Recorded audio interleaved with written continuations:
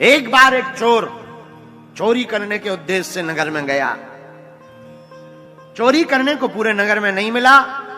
नाराज होकर के, रुष्ट होकर गांव के बाहर आया। गांव के बाहर एक भोले बाबा का मंदिर था। सबके मंदिरों में तो सोना चांदी मुकुट मिल जाती, इनका मंदिर है जिनके में कछू नहीं। पर मंदिर में देखा शंकर जी के ऊपर एक घंटा लटक रहा है। घंटा पीतल का है, बेचेंगे 2-4-10 रुपया कमाई में आई जाएंगे। लेकिन मंदिर में जो घंटा था वो ऊपर में था, ऊंचाई पर। अब चढ़ा कैसे जाए? शंकर जी के ऊपर अपना चरण रखा और घंटा को खोलने लगा। नीचे से आवाज आई, मांगो क्या चाहते हो। पूछा कौन? बोले जिसके ऊपर तुम चरण रखे हम वही है। दिमाग खराब होगा। बोले अंधेरे में हमें दिखाई नहीं पड़ रहा, सीढ़ी है। सीढ़ी हो क्या तुम? सीढ़ी बोल रही? अरे बोले सीढ़ी नहीं, हम शिव जी हैं।